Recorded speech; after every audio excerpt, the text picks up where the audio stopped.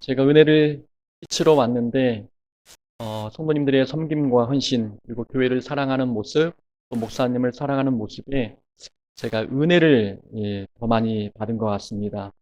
은혜를 끼치러 왔는데, 은혜를 받게 해주셔서 감사드립니다. 어제 말씀드린 것처럼 신앙생활에서 두 가지를 잘해도 하나님께 칭찬 듣겠다 말씀드렸습니다. 하나는 자기의 모습을 돌아보는 것, 그리고 또 하나는 삶에 일어나는 모든 일들을 믿음의 눈으로 바라보는 것. 이 두 가지만 잘해도 하나님께 칭찬 듣는 신앙생활을 하는 줄로 믿습니다. 오늘 두 번째 시간, 삶에 일어나는 사건들을 어떻게 바라볼 것인지에 관해서 함께 말씀 나누고자 합니다.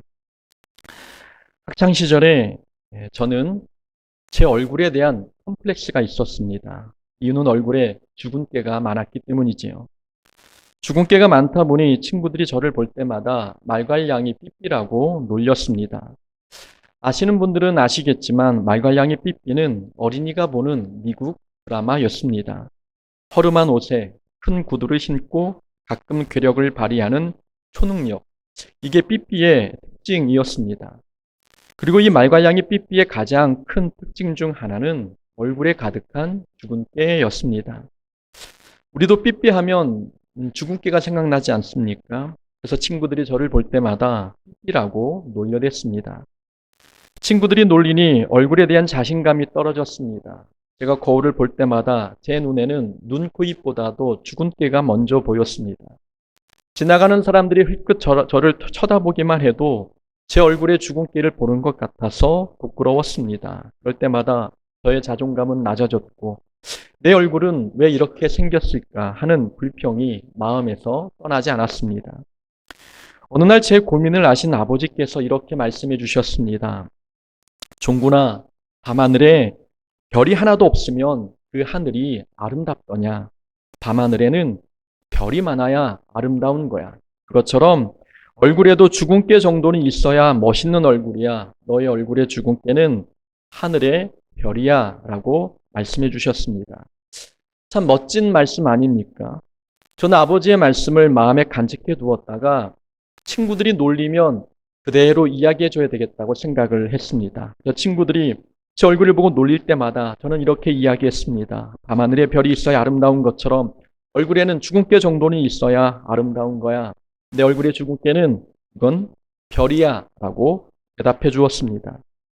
친구들은 제 대답이 멋있었는지 저를 높게 평가해 주었습니다. 신기한 것은 주근깨를 어떻게 해석하느냐에 따라 마음 상태가 달라졌습니다. 얼굴의 주근깨를 흠으로 해석했을 때에는 마음의 상처가 되었지만 하늘의 별로 해석했을 때에는 마음의 감동이 되었습니다. 생각해 보니까 지금까지 제가 상처받은 이유는 얼굴의 주근깨 때문이 아니었습니다. 주근깨가 상처를 준 게 아니라 주근깨에 대한 부정적인 나의 생각, 주근깨에 대한 부정적인 해석이 내 자신에게 상처를 남겼습니다. 또 한 번은 이런 경험을 했습니다. 고등학생 시절에 얼굴에 여드름이 많이 났습니다. 어머니께서는 얼굴에 난 여드름을 짜주시겠다 하시면서 볼에 난 여드름을 하나 터뜨리더니 계속 짰습니다. 피가 퐁퐁퐁 올라오는데 어머니는 이 죽은 피, 나쁜 피는 계속 짜야 한다 하시면서 피가 멈출 때까지 계속 짜시는 겁니다. 그러다가 피부가 검게 죽었습니다. 지금도 왼쪽 얼굴에 흉터가 있습니다. 여기 계신 분들은 보이시지 않습니까? 이 흉터가 고등학생 때 여드름을 잘못 짜서 생긴 흔적입니다. 멀리서 보면 멍든 자국처럼 보여서 모르는 사람이 보면 누군가에게 얻어맞은 게 아닌가 하는 착각을 일으킵니다. 그래서 그런지 길을 걷다 보면 사람들이 자꾸 저를 쳐다보았습니다.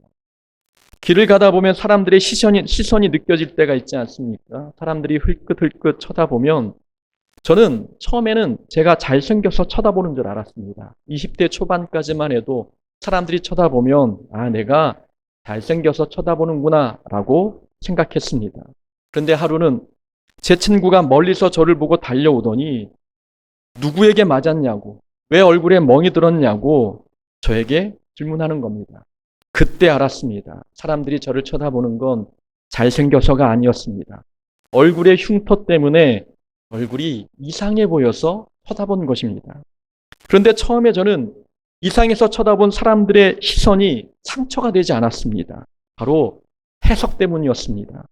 사람들의 시선을 내가 잘생겨서 보는구나 라고 바꾸어서 해석하니 사람들의 시선이 상처가 되지 않았고 오히려 자존감이 높아졌습니다. 해석의 문제는 이렇게 중요합니다. 상황은 그대로이지만 상황에 대한 해석에 따라 그 상황을 받아들이는 감정과 태도가 달라집니다. 해석에 따라 상처가 되었던 사건이 기쁨이 되기도 하고 해석에 따라서 기쁨이 되었던 상황이 나에게 상처가 되기도 합니다. 셰익스피어가 이렇게 이야기했습니다. 본래부터 좋거나 나쁜 일은 없다. 생각이 그렇게 만들 뿐이다. 본래부터 좋거나 나쁜 일은 없다. 우리의 생각이 그렇게 만들 뿐이다. 우리 삶에 일어나는 사건은 좋고 나쁜 게 없는데 그 사건에 대한 우리의 생각에 따라서 그 사건을 바라보는 우리의 해석에 따라서 이 사건이 나쁜 사건이 되기도 하고 좋은 사건이 되기도 한다는 뜻입니다. 그러니까 우리 삶에 영향을 미치는 것은 어떤 사건이 아닙니다. 그 사건에 대한 우리의 해석이 우리 감정, 우리 생각, 우리 삶, 우리 삶에 영향을 미칩니다. 우리의 삶을 돌아봐도 그렇습니다. 우리는 살아가면서 많은 사건과 상황을 만납니다. 우리는 삶에서 벌어지는 사건 때문에 울기도 하고 웃기도 하지 않습니까? 그러나 가만히 생각해 보면 우리를 울고 웃게 만든 것은 어떤 사건이 아니라 사건에 대한 우리의 해석 때문이지 않습니까? 울만한 사건이 아닌데 해석을 부정적으로 함으로 인하여서 울게 되는 경우가 있지 않느냐라는 말씀입니다. 저는 1년째 어깨 근육이 뭉쳐서 일주일에 한 번 정도 병원에 가서 주사를 맞습니다. 병원에 가면 의사 선생님이 늘 말씀하시기를 교회 성도님들이 얼마나 목사님을 힘들게 하면 이렇게 어깨 근육이 뭉쳤냐며 농담하십니다. 그럴 때 저는 이렇게 대답합니다. 성도님들의 문제가 아니라 제 성격이 문제입니다. 라고 대답합니다. 실제로 저는 꼼꼼하고 완벽주의적인 성격이 있습니다. 그러니까 제 성격이 저를 힘들게 할 때가 있습니다. 그러니 제가 어깨가 뭉치는 것은 다른 사람 탓이 아니라 제 성격이 한몫했던 것입니다. 그런데 만약 제가 어깨가 아픈 이유를 성도님들 때문이라고 해석했다면 어떤 일이 벌어지겠습니까? 교회에 대한 원망과 성도를 향한 불평이 끊이지 않지 않겠습니까? 그러면 저는 목회가 행복하지 않을 것입니다. 그러나 저는 제 어깨가 좋지 않은 이유, 제가 어깨가 뭉친 이유는 제 성격 탓이라 생각하고 있기 때문에 다른 사람을 원망하기보다도 내가 성격을 좀 유연하게 바꿔야겠구나. 내가 성격을 조금 무던하게, 둔감하게 바꿔야 되겠구나라고 생각하고 노력하고 있습니다. 그러니까 우리를 행복하게 하고 또는 불행하게 하는 것은 어떤 사건이 아닙니다. 그 사건에 대한 해석이 우리를 불행하게 만들기도 하고 행복하게 만들기도 하는 것입니다. 해석의 문제를 우리 신앙생활에 한번 적용해 보겠습니다. 우리의 신앙생활도 해석의 문제와 연결이 되어 있습니다. 해석을 어떻게 하느냐에 따라 우리의 신앙생활은 기쁘기도 하고 때로는 시험에 들기도 합니다. 부목사 시절에 어떤 집사님께서 때가 되면 항상 부침개를 붙이셔서 교역자실로 가지고 오셨습니다.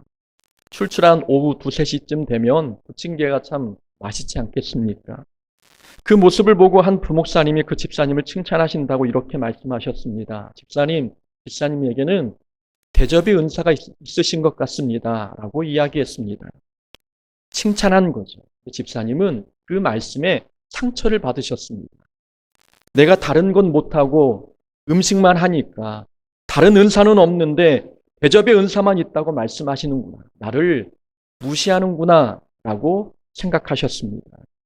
칭찬이 상처가 된 것입니다. 이건 목사님의 말의 문제가 아니라 그 말을 잘못 해석한 해석의 문제였던 것입니다. 칭찬을 기쁨으로 해석하지 않고 무시로 해석해버리니 마음에 입지 않아도 될 상처를 받았던 것입니다. 해석을 잘못하면 우리의 신앙생활은 온통 시험거리뿐입니다. 성경에 보면 12명의 정탐꾼이 가나안 땅을 정탐했습니다. 정탐꾼이 정탐한 땅에는 아낙 자손이 살고 있었습니다. 아낙 자손은 키가 크고 기골이 장대한 거인족이었습니다. 12명의 정탐꾼이 같은 장소를 보고 왔는데 보고 내용이 달랐습니다. 10명의 정탐꾼은 아낙 자손 앞에 자신들은 메뚜기와 같다고 보고했습니다. 그런데 여호수아와 갈렙은 아낙 자손들이 우리의 밥입니다 라고 보고했습니다. 해석이 달랐습니다. 10명은 자신들이 메뚜기라고 해석했지만 여호수아와 갈렙은 아낙 자손을 자기들의 밥이라고 해석했습니다. 해석의 차이가 몰고 온 결과는 하늘과 땅 차이였습니다. 자신들이 메뚜기라고 해석한 사람들은 두려워하며 통곡했고 애굽으로 돌아가려고 했습니다. 싸워보기도 전에 이미 패배했다고 생각한 것입니다. 그러나 가나안 족속이 우리의 밥이라고 해석한 사람들은 두려움 대신에 기대감과 희망으로 가득 찼습니다. 싸워보기도 전에 이미 승리를 확신한 것입니다. 이런 결과는 해석이 만든 결과입니다. 신앙생활에서 해석에 따라 우리는 승리감에 젖어 살기도 하지만 잘못된 해석은 우리를 매일매일 상처와 패배감으로 살게 만듭니다. 우리는 교회에서 일어나는 일들을 어떻게 해석하고 있습니까? 혹시 해석이 잘못되어서 다른 사람을 원망하거나 교회를 탓하며 불만을 갖고 있지는 않습니까? 사건이 잘못된 것이 아니라 사건을 해석하는 나의 해석이 부정적이어서 받지 않아도 되는 상처를 받고 계시지는 않습니까?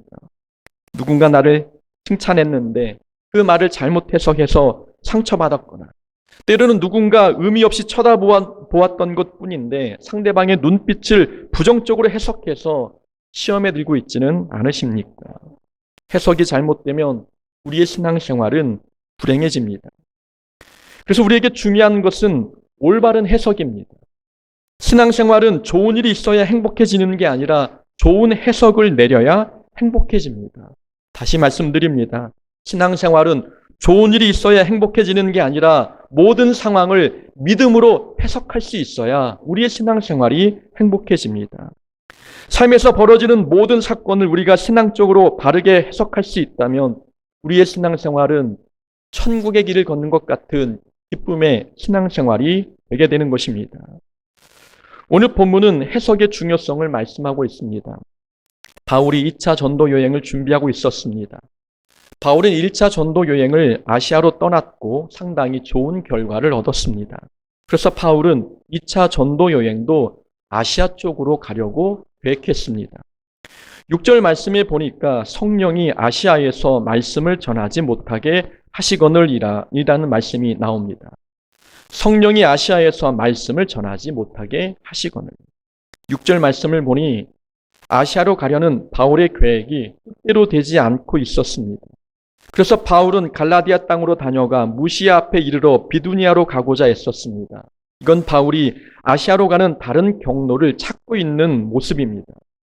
바울은 경로를 바꾸어 아시아로 가고자 했지만 그것도 성공하지 못했습니다. 바울의 아시아 전도 여행은 사람의 눈으로 볼 때 실패였습니다. 그런데 오늘 성경에 보니 바울의 실패를 이렇게 해석하고 있습니다. 7절 말씀입니다. 예수의 영이 허락하지 아니하시는지라. 하나님께서 바울의 계획을 허락하지 않았다고 말씀합니다. 예수의 영이 허락하지 아니하시는지라. 아시아로 가고자 했던 바울의 2차 전도 계획은 실패였습니다. 그러나 사도행전의 저자 누가는 그걸 실패로 기록하지 아니하고 하나님이 허락하지 않은 것이라고 해석했습니다. 성경이 바울의 실패를 하나님께서 허락하지 않은 것으로 해석한 이유는 바울을 향한 하나님의 계획은 아시아 전도에 있지 않았기 때문입니다. 하나님은 바울이 유럽으로 가기를 원하셨습니다. 그래서 하나님은 아시아로 가려는 바울의 계획을 막으셨고 마게도냐에서 바울을 부르는 환상을 보여주시면서 바울을 유럽으로 인도하셨습니다. 그러니까 바울의 아시아 전도 계획은 실패가 아니라 하나님께서 바울을 하나님의 계획으로 인도하시기 위해 바울의 계획을 막으신 것입니다. 그래서 성경은 바울의 실패를 실패라고 말하지 아니하고 예수의 영이 허락하지 아니하시니라 라고 기록했던 것입니다. 눈앞에 벌어지는 상황을 실패로 보는 것과 하나님이 허락하지 않은 것으로 해석하는 것에는 큰 차이가 있습니다. 실패로 해석하면 부정적인 감정이 따라옵니다. 좌절감, 실패감, 실망감이 찾아오고 자신감도 떨어지며 삶이 위축됩니다. 그러나 하나님이 허락하지 않은 것으로 해석하면 거기에는 기대감이 있습니다. 하나님이 허락하지 않았다는 말씀은 하나님께서 그 사람의 인생에 개입하셨다는 뜻이기 때문입니다. 하나님께서 허락하지 않으셨다는 것은 하나님께서 더 좋은 길로 인도하시기 위해서 사람의 계획을 막으신 것입니다. 실패가 아니라 하나님께서 좋은 길로 인도하시기 위해 사람의 계획을 막으신 것입니다. 그래서 예수 믿는 자에게는 실패란 존재하지 않습니다. 뜻대로 되지 않은 것은 실패가 아니라 하나님께서 내 계획을 막으신 것입니다. 내 뜻과 하나님의 뜻이 맞지 않기 때문에 하나님은 더 좋은 것을 주시기 위해서 우리의 계획을 막으셨습니다. 예수의 영이 허락하지 않은 것이지 우리는 실패한 게 결코 아닙니다. 우리의 지난 과거를 한번 돌아보십시오. 그 당시에는 계획대로 되지 않아서 좌절하고 슬퍼하기도 했습니다. 근데 지나고 보니까 하나님께서 이 길로 인도하시기 위해서 그때 나의 계획을 막으셨던 것이구나라고 깨달았던 적이 있지 않습니까? 그때 하나님께서 내 계획을 막지 않으셨다면 나는 하나님을 만나지 못했을 텐데, 더 좋은 것을 얻지 못했을 텐데 라고 생각할 때가 있지 않았습니까? 그 당시에는 그게 실패인 줄 알았는데, 그래서 좌절하고 절망했는데 지나고 보니까 그것은 실패가 아니라 하나님께서 나의 계획을 막으신 겁니다. 더 좋은 길로 인도하시기 위해서 내 계획을 허락하지 않으신 것이었습니다. 만약 우리가 그때 그 당시의 사건을 믿음으로 바르게 해석했다면 우리는 불평 원망하며 세월을 낭비하지 않았을 것입니다. 실패로 해석하지 않고 하나님께서 막으셨다라고 해석하는 것, 이런 신앙의 해석, 믿음의 해석이 우리에게 얼마나 중요한지 경험을 통해서도 깨닫습니다. 우리는 그래서 우리 앞에 있는 모든 상황들을 믿음으로 해석해야 합니다. 눈앞의 사건을 믿음으로 해석하면 우리는 절망적인 상황에서도 믿음의 자세, 믿음의 태도를 잃어버리지 않을 수 있습니다. 그렇다면 믿음의 해석을 내리려면 우리는 어떻게 해야 할까요? 어떻게 하면 우리 삶에 벌어지는 모든 일들을 신앙적으로 바르게 해석할 수 있을까요? 두 가지만 기억하면 됩니다. 삶의 사건을 신앙적으로 해석하려면 우리는 우리 인생이 하나님의 계획 속에 있다는 것을 믿어야 합니다. 내 인생이 전능하신 하나님의 계획 속에 있다는 것을 믿는 것, 이것이 신앙적인 해석의 출발점입니다. 자, 우리 인생이 하나님의 계획 속에 있다는 것을 믿으면 무엇이 달라지겠습니까? 자신의 인생이 하나님의 계획 속에 있음을 믿으면 내 삶에서 벌어지는 모든 사건은 우연이 아니라고 믿게 됩니다. 어떤 사건이 우연히 일어났다면 그 사건은 목적도 없고 의미도 없고 가치 없는 사건이 되고 맙니다. 그러나 우리가 겪는 모든 사건이 하나님의 계획 속에서 일어났다면 그 사건에는 특별한 하나님의 계획과 목적이 있는 것입니다. 야고보서 이렇게 말씀합니다. 그가 그 피조물 중에 우리로 한 첫 열매가 되게 하시려고 자기의 뜻을 따라 진리의 말씀으로 우리를 낳으셨느니라. 자기의 뜻을 따라 진리의 말씀으로 우리를 낳으셨느니라. 하나님은 우리를 하나님의 뜻을 따라 낳으셨다고 말씀합니다. 계획을 가지고 우리를 이 땅에 태어나게 하셨다는 말씀입니다. 우리가 하나님의 계획 속에서 태어났다는 말은 하나님께서 우리를 좋은 계획을 가지고 인도하신다는 의미입니다. 좋은 계획을 가지고 우리를 인도하신다는 말은 인생에서 만나는 모든 우리의 사건들은 우연이 아니라 하나님의 계획이라는 말씀입니다.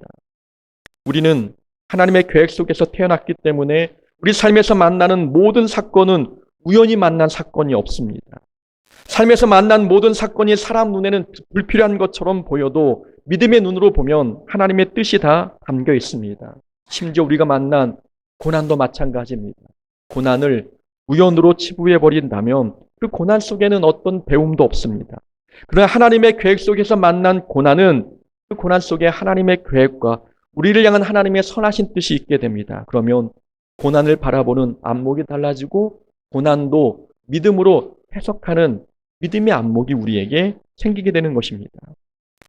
삶의 해석이 달라지려면 내 인생이 하나님의 계획 속에 있음을 믿어야 합니다.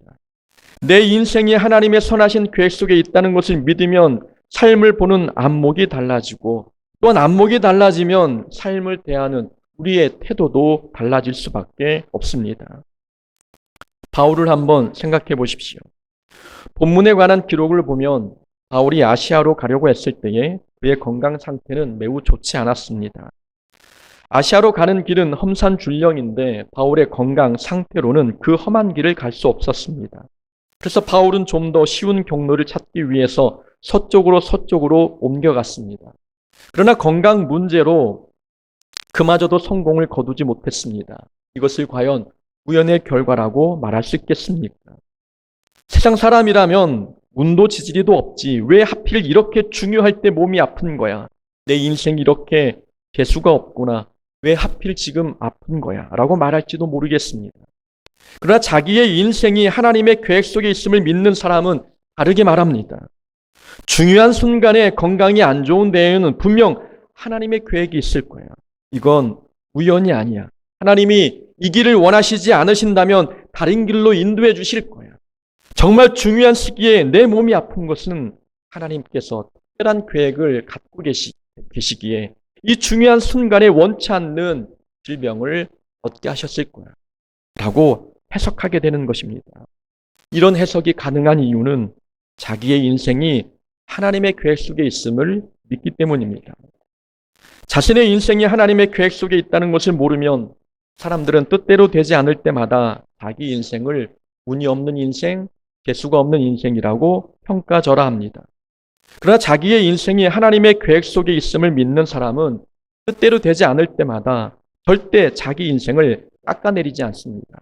하나님께서 좋은 길로 인도하시기 위해 나의 계획을 막았다고 생각하기 때문입니다. 저는 2017년 12월 31일 송구영신 예배 때 교회를 개척했었습니다. 그리고 3년의 시간을 보냈습니다. 처음에는 개척할 마음이 조금도 없었지만 하나님께서 저에게 개척의 마음을 허락해 주셨고 개척의 마음을 허락해 주신 뒤에는 개척 준비가 순조롭게 진행되었습니다. 하나님께서는 뜻하지 않는 사람을 통해 교회 건물을 3년간 무상으로 대여할 수 있도록 허락해 주셨습니다. 그리고 개척 후원금도 많이 들어오게 하셔서 그 헌금으로 교회 리모델링을 하게 되었고 성구들도 구입하게 하셨습니다. 교회 개척 첫 주부터 새 가족이 등록했습니다. 3개월 동안은 거의 매주 새로운 얼굴이 예배에 참석했습니다. 사람이 없어서 예배를 못 드리는 일이 없었지요. 목회가 외롭지도 않았고 살림이 넉넉하지는 않았지만 그렇다고 궁핍하지도 않았습니다. 때로는 아픔도 있었지만 나름대로 구원의 열매를 맛볼 수 있어서 개척교회 사역은 기뻤습니다. 그러다가 3년쯤 되었을 때 건물주가 교회 건물을 매각하기로 결정했습니다. 우리 교회가, 개척교회가 그 건물을 매입하지 않으면 건물의 주인이 바뀌는 것입니다. 그러면 교회는 다른 곳으로 옮겨가야 했는데 그럴 만한 돈이 없었습니다. 정부에서 대출 규제를 까다롭게 해서 대출은 안 되었고 대출이 가능하다고 해도 담보로 내세울 만한 건물이 없었습니다. 설상가상으로 코로나 사태가 터졌습니다. 개척 3년 차에 모든 길이 막힌 것 같은 느낌이 들었습니다. 희망이 조금이라도 보여야 계획을 세우든가 하는데 모든 길이 다 막힌 것 같으니 계획조차 세울 수가 없었습니다. 돈은 없고 대출은 불가능하고 그렇다고 건물주가 마음을 바꾸는 것도 아니었습니다. 갑자기 교회가 부흥한다면 모를까 코로나 때문에 전도의 문은 더 막혀버렸습니다. 할 수 있는 것은 기도 말고 없었고 그냥 시간이 흐르는 대로 가만히 기다리는 수밖에 없었습니다. 불안했고 두려웠습니다. 자존감도 많이 떨어졌습니다. 그런 내 계획과 내 소망이 다 막혔을 때 하나님은 생각지도 않는 길로 저를 인도해 주셨습니다. 그렇게 해서 가게 된 교회가 지금 목회하고 있는 우리 공서부 교회입니다. 교회 개척 전에는 여러 교회에 청빙 이력서를 내도 연락 오는 교회가 없었습니다. 그러나 개척 3년의 시간 동안 훈련받게 하신 후에 하나님께서는 저를 좋은 교회로 인도해 주셨습니다. 여담이지만 저희 교회는 순하고 또 착하신 성도님들이 많으십니다. 그래서 참 행복한 교회입니다. 그런데 우리 이 교회 와서 어제 처음 얼굴을 뵀는데 저희 교회와 많이 비슷했습니다. 성도님들이 교회를 자랑하는 모습도 저희 교회와 비슷했고 목사님을 자랑하는 성도님들도 계신 모습이 저희 교회하고도 비슷했습니다. 저도 어디 가면 저희 교회를 자랑하는데 우리 윤태성 목사님도 어디 갈 때마다 교회를 자랑하십니다. 목사는 교회를 자랑하고 성도는 목사와 교회를 자랑하는 교회는 정말 행복하고 부흥의 역사가 일어나는 좋은 교회입니다. 그런 좋은 교회로 하나님이 보내주셨습니다. 지나고 보니까 제 인생은 하나님의 계획 속에 있었습니다. 처음에 저는 갈 데가 없어서 교회를 개척해야 한다고 생각했는데 그게 아니었습니다. 운이 없어서 실력이 없어서 교회를 개척한 게 아니라 하나님께서 훈련시키시기 위해서 교회를 개척하게 하셨습니다. 때로는 돈이 없고 운이 없고 재수가 없어서 개척교회도 이제는 문을 닫는구나 생각했는데 그게 아니었습니다. 하나님은 더 좋은 계획을 가지시고 저를 더 좋은 길로 인도해 주셨던 것입니다. 내 인생이 하나님의 계획 속에 있음을 믿으면 내 삶의 길이 다 막혀도 절망하거나 좌절하지 않는 것입니다. 이런 상황에서도 하나님께서 나를 좋은 길로 인도해 주시는구나. 이 믿음의 생각을 가지고 자기 삶을 바라보게 되는 것입니다. 그래서 내 인생이 하나님의 계획 속에 있음을 믿는 사람들은 내 뜻대로 되지 않아도 그것을 실패라고 말하지 않고 훈련이라고 말합니다. 내 인생이 원치 않는 일을 만나도 운이 없구나라고 말하지 아니하고 하나님의 또 다른 좋은 계획이 있구나라고 말하게 되는 것입니다. 이렇게 절망 속에서 믿음의 해석을 내리려면 내 인생이 하나님의 계획 속에 있음을 믿어야 되는 것입니다. 요셉이 총리 대신이 되어 양식을 구하러 온 형들을 만났을 때 요셉이 형들 앞에서 어떻게 고백했습니까? 하나님께서 생명을 구원하시려고 나를 당신들보다 먼저 보내셨나이다 라고 해석했습니다. 멋진 해석 아닙니까? 요셉은 자기 인생을 팔린 인생이라고 해석하지 않았습니다. 형들이 요셉을 노예로 팔았지만 요셉은 자기 인생을 팔린 인생이라고 해석하지 아니하고 하나님께서 나를 보내셨습니다 라고 바꾸어서 해석했습니다. 팔린 인생과 하나님께 보냄을 받은 인생은 내용과 결과가 완전히 다른 것입니다. 요셉은 팔렸지만 그럼에도 하나님께 보냄을 받은 인생이라고 해석할 수 있었던 이유는 자기의 인생이 전능하신 하나님의 계획 속에 있음을 믿었기 때문입니다. 그러니 내 인생이 하나님의 계획 속에 있음을 믿으면 내 삶에 대한 해석이 달라지는 것입니다. 팔렸어도 하나님이 보내셨구나. 상처받았어도 하나님이 훈련하시는구나.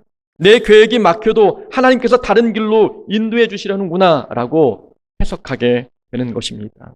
우리 인생은 하나님의 계획 속에 있습니다. 내 인생이 하나님의 계획 속에 있음을 믿을 때에 삶을 바라보는 믿음의 눈이 달라지는 것입니다. 또한 믿음의 해석을 하려면 두 번째는 하나님께서는 하나님의 자녀들에게 좋은 것만 주시는 분임을 믿어야 합니다. 하나님은 하나님의 자녀들에게 좋은 것을 주시는 하나님 아버지이십니다. 한 가지 한번 물어보겠습니다. 하나님께서는 우리가 원하는 것을 주실까요? 아니면 좋은 것을 주실까요?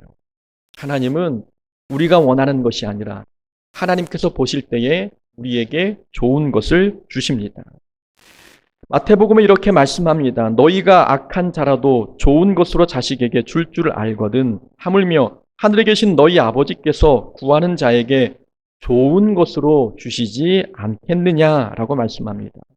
하나님은 우리가 원하는 것을 주시는 분이 아닙니다. 좋은 것을 주시는 분이십니다.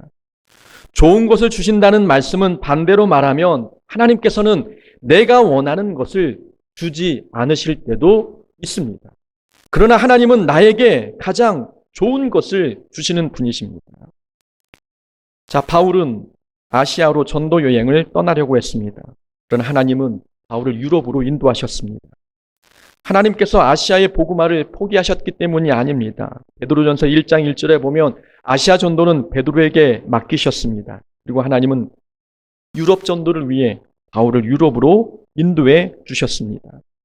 그러니까 하나님께서는 바울을 통해 1차 전도 여행 때보다도 더 많은 교회를 유럽에 세우게 하셨습니다. 더 좋은 결과, 더 긍정적인 결과들이 유럽에 나타났던 것입니다.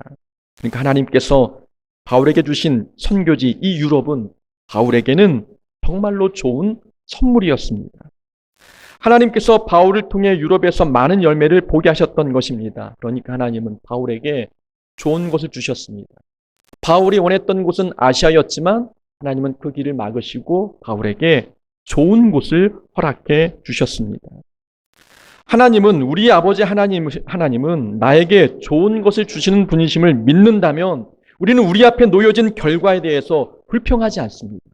내가 원하는 것이 아닐지라도 하나님께서 주신 것이라면 내게 좋은 것임을 믿기 때문에 지금 내 앞에 펼쳐진 이 상황과 이 사건에 대해서 불평하지 않습니다. 하나님이 주셨으면 이것이 나에게는 정말 좋은 것이구나 라는 믿음의 고백을 하게 되는 것입니다. 모세의 삶을 한번 보십시오. 모세는 바로의 왕자로 궁궐에서 40년 동안 살았습니다. 그러다가 동족을 돕겠다고 나섰다가 애굽인을 죽여 그 일이 들통나 모세는 광야로 도망가 살게 되었습니다. 동족을 돕고자 했던 좋은 의도가 있었지만 결과는 좋지 않았습니다. 궁궐에서 살았던 모세의 인생이 한순간 바닥으로 곤두박질 치고 말았던 것입니다. 그러나 하나님은 모세에게 좋은 것을 주시는 분이셨습니다. 모세는 광야로 도망가서 살았지만 그건 광야로 도망간 것이 아니었습니다. 하나님께서 모세를 광야로 인도해 주셨던 것입니다. 모세는 앞으로 이스라엘 백성을 출애굽시켜 광야길로 인도해야 할 지도자였습니다. 그렇다면 모세는 누구보다도 광야에 대해서 잘 알아야 하지 않겠습니까? 그래서 하나님께서는 모세를 미리 광야로 불러 광야를 다른 사람보다 먼저 경험하도록 하셨습니다. 우리 이것을 현지 적응 훈련이라고 이야기합니다. 모세는 출애굽보다 먼저 앞서 광야를 경험하도록 하기 위해서 하나님께서는 모세를 광야 가운데 인도하셔서 출애굽의 사명을 성공적으로 마칠 수 있도록 미리 훈련하셨던 것입니다. 광야는 모세에게 원하지 않았던 장소였습니다. 그러나 결과를 놓고 보니 광야는 모세에게 정말 좋은 곳이었습니다. 하나님의 일꾼으로 성장하기 좋은 곳이었고 믿음의 훈련을 하기에 정말 좋은 곳이었습니다. 하나님께서 좋은 것을 주시는 분임을 모르는 사람은 광야를 만날 때마다 왜 하필 이런 곳이야? 왜 나에게는 이런 장소만 주어지는 거야? 라고 불평합니다. 그러나 하나님께서 좋은 것을 주시는 분이심을 믿는 사람은 하나님께서 나를 이곳에 보내신 데에는 특별한 은혜, 특별한 계획이 있을 거야 라고 해석하게 됩니다. 바울은 자기의 육체 가시를 놓고 하나님께 3번이나 기도했습니다. 육체 가시는 보통 바울의 육체 질병을 의미합니다. 바울은 자기의 육체의 질병을 낫도록 하기 위해 하나님께 기도했지만 기도가 응답되지 않고 거절되었습니다. 기도가 거절이 되면 상처받을 법도 한데 바울은 이렇게 고백했습니다. 여러 계시를 받은 것이 지극히 크므로 너무 자만하지 않게 하시려고 내 육체의 가시 곧 사탄의 사자를 주셨으니 이는 나를 쳐서 너무 자만하지 않게 하려 하심이라. 바울은 하나님께서 내 기도를 거절하셔서 육체의 질병을 그대로 남겨두신 데에는 나를 겸손하게 하려는 하나님의 좋은 계획이었음을 바울은 고백했던 것입니다. 바울은 자기의 기도가 거절된 것은 불행이 아니라 자기를 자만하지 않도록 하나님이 지켜주신 은혜의 결과라고 해석한 것입니다. 질병마저 믿음의 해석을 할 수 있었던 것은 하나님은 나에게 가장 좋은 것을 주시는 분이심을 믿었기 때문입니다. 우리 삶에 벌어지는 모든 사건을 신앙적으로 해석하려면 우리 아버지 하나님은 좋은 것을 주시는 분이심을 믿어야 되는 것입니다. 지금의 상황이 불만족스럽고 원망으로 가득하십니까? 내가 원하지 않는 고난을 만났다고 해서 또 원하지 않는 환경을 만났다고 해서 불평하고 있지는 않으십니까? 우리 하나님은 항상 우리에게 가장 좋은 것을 주시는 분이십니다. 하나님은 좋은 것을 주시는 분임을 믿고 우리 삶을 다시 들여다보면은 하나님께서 나에게 좋지 않은 것을 주신 적이 단 한 번도 없었음을 발견하게 될 것입니다. 우리 하나님은 고난을 통해서도 주의 윤례를 배우게 하시고 환난을 통해 하나님의 능력을 체험하게도 하십니다. 우리 하나님이 항상 좋은 것을 주시는 분임을 믿어야만 우리는 우리 삶에 닥친 모든 고난 가운데서도 믿음의 해석을 내릴 수 있게 되는 것입니다. 믿는 자나 믿지 않는 자나 모든 인생 고난을 만나게 되어 있습니다. 계획한 대로 되지 않을 때가 있고 실패를 경험할 때도 있습니다. 그런 상황에서 우리가 믿음을 잃지 않으려면 삶에 벌어지는 모든 사건을 믿음으로 해석할 수 있어야 합니다.